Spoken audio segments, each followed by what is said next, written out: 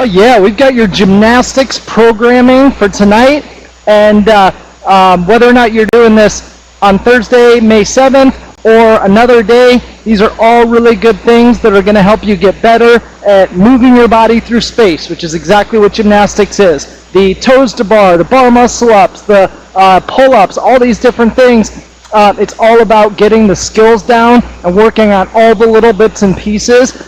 Sure, you can flail around on the pull-up bar all you want, but guess what? Doing some of these auxiliary exercises are really going to be what it's going to take to make you the best gymnastics athlete possible, which is going to round out your overall CrossFit training. So, getting right into it. We got a warm-up. We're going 4 rounds for time. We've got 3 inchworms. On that inchworm, you're going to start at the top, standing up, and you're going to walk your hands out as far as you possibly can, and really get them far here, stretch to it, and then inch those toes back up towards your hands, and then stand all the way up, turn around, and do it again 2 more times. Then we're going to do 10 kettlebell or dumbbell windmills. Doesn't need to be a real heavy weight on this. If you've got 2 weights to do it with, great. If you only have 1, I'll show you that one too. And so start feet stable underneath your hips, and all you're going to do is move back and forth here and create that straight up and down position with the weights. If you've only got 1, then just hold that in the hand that is going up towards the sky. And reach upwards, switch, and go the other way. And so that's that opening up the shoulders, getting that lower back and that trunk rotation. And make sure you're strict about how you're going up. Don't just fling it up there, because that's not going to activate the shoulder and the core the way we want you to.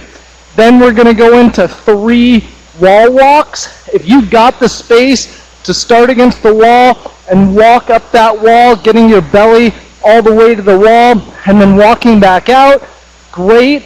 If you don't, but you've got some kind of a raised platform, even a folding chair, something that you can put your toes up on, that's perfect. And as you get out here, start straight out, and make sure that torso is straight. You're in that plank position, and then you're going to walk your hands all the way in. 3, 2, 1, and then all the way back out. If you don't have any raised platform, then go ahead and start from your stomach, and same thing, just walk all the way in, and this time go 5, 4, 3, 2, 1, and then all the way back out. And don't just 5, 4, 3, 2, 1, get a good 5-second count at the top. If you're doing a raised platform, get a 3-second count at the top. Then we're going to get into 20 seconds of hollow rocks. Grab a weight for this one and have a weight overhead.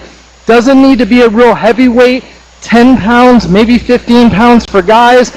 And in this hollow rock position, you're going to create that good banana shape with your body, and right back and forth here. And just hold that for 20 seconds. Small rock just on the small of your back to your butt, and then let it go. The last one is that arch up, otherwise known as a Superman, where your hands are above your head, and you're really just quick movement, engaging that lower back and bringing your chest and thighs off the ground each time. So 4 rounds, nice easy pace all the way through this. We're looking for quality movements here, not just flying through it as fast as possible. Next, we've got your strength today, and we're going to be doing lat pull downs. Now, I'm going to give you a few different options for how to do this, and hopefully you'll be able to see this as we go. One of them is if you've got a pull-up bar, a spot with a band, anything like that, that's going to be a really good way to do this. And so, using that band, you will throw it over the rig. And once you get in here, you're going to grab a PVC or a broom handle and put it right through. And then you're just going to keep those arms straight as you pull that band down as hard as you can and right back up. Again, be strict with this. Pull it down, but make sure you're engaging those lats every time and just bring it all the way down to the hang position, and then as you're coming up, nice and slow on the way up. Don't let that band pull you. You pull that band. It might help to go the opposite direction. You're going to get a little bit different motion on this. It just depends on how your bar is set up. And going right down, and again, nice and slow on the way up, making sure you're engaging those lats the entire time. If you really don't have a band, a place to hook it, something to anchor it onto, that's okay. You can always do this with a weight. You can use a plate, a dumbbell, a couple of light dumbbells, whatever it is. And again, I'm starting from that hang position, and I'm slowly bringing that weight all the way up overhead. And then as I go down, I'm really doing a nice slow negative all the way down. It should take me 10 to 12 seconds to get this weight all the way down to that hang position. And that's the design of it, to really engage those lats, engage the shoulders and arms, and really engage everything the way we want it to. So those are a couple of options for doing those lat pull downs.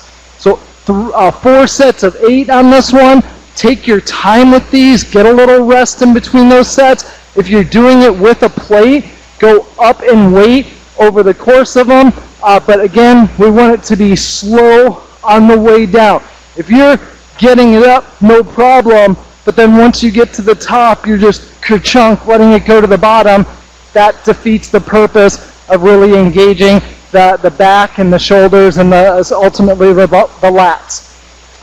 For the workout today, we're going to be doing an alternating every minute on the minute for 18 minutes. Now yes, I know it'll be on the whiteboard. It's got 15. We're going to use that first round as a little bit of a practice round, but that's okay. And so how this is going to go is you are going to be working for a full 30 seconds, and then you're going to get a 30-second rest before we start that next exercise. Now, again, if you've got the spot to be able to do those handstand push-ups on the wall, the RX version of this is going to be strict handstand push-ups. So starting locked out at the top, bring that head down, tap that head, and then push all the way. If you do not have a spot on the wall or aren't quite there with your strict handstand push-ups, you can always do a kipping handstand push-up. Just really limit that kip as much as possible. I will show you this real quick, just so you've got it here. Okay, so if I'm in that position, I am going to get on the wall.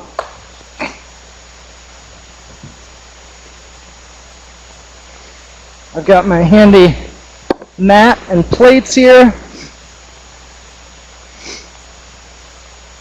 And you're just going to kick up with those locked out arms, get down, touch that mat, and then press all the way up to the top. And so you're just going to do that for 30 seconds. If you really, you're not quite there on your strict handstand push-ups and need to do a little bit more of a kip, same thing. Get up there, get locked out to start, bring it down, and just as small of a kick as possible to get yourself up. If you need a bigger kick, you can do that, but the more you can keep this as strict as possible, the more you're going to get out of it. Then you're going to go to strict pull-ups. So turning in the opposite direction. Again, we talked about engaging those lats and everything else in those lat pull-downs. Same thing's going to happen in that strict pull-up. Just really get that chin over the bar, nice and slow and full extension all the way to the bottom. If you don't have a spot to do strict pull-ups, I want you to go ahead and do a strict negative push-up. So what I mean by that is in that push-up position, you are going to go slow all the way to the bottom and then drive it up to the top. Back down, slow to the bottom, drive it up to the top. And so that'll be a good alternative if you don't have a pull-up bar to use. And then the last one is going to be that alternating pistol. I'm going to show you one other one for the strict handstand push-ups as well. Again, if you're not quite there or you don't have a wall to use, you can use that box and get those toes up on the box and walk those hands in just like you did when you were in that wall walk position. Straight down, touch that head, and press it overhead. But really keep that good L position with the body. If you're letting it go out here and you're doing this from here, up and down, again, that's more of a push-up position. You're not engaging your shoulders the way we want you to in a handstand push-up. Okay, so last but not least, we got that alternating pistol. So get that other leg out of the way and get down in that squat, stand all the way up, and switch legs each time on these. If you, again, are working on these, my biggest suggestion would be to use a box or a platform to start in the bottom and really be strict about standing up and do 2 on one side and then switch and do 2 on the other side. And there's all kinds of alternatives to these pistols. You can also do the one where you sit down and stand up. You can do something where you've got some kind of a base, so as you're going down, you're just controlling how far you're going back and forth, and that'll help get that other leg out of the way. Whatever you need to do to challenge yourself and really get better at those pistols, that's what this is all about. So again, 18 minutes, alternating through these 3 exercises, 30 seconds on, 30 seconds off. Get the best range of motion possible in everything. Get better at your gymnastic skills. Have fun with it. And we will see you soon.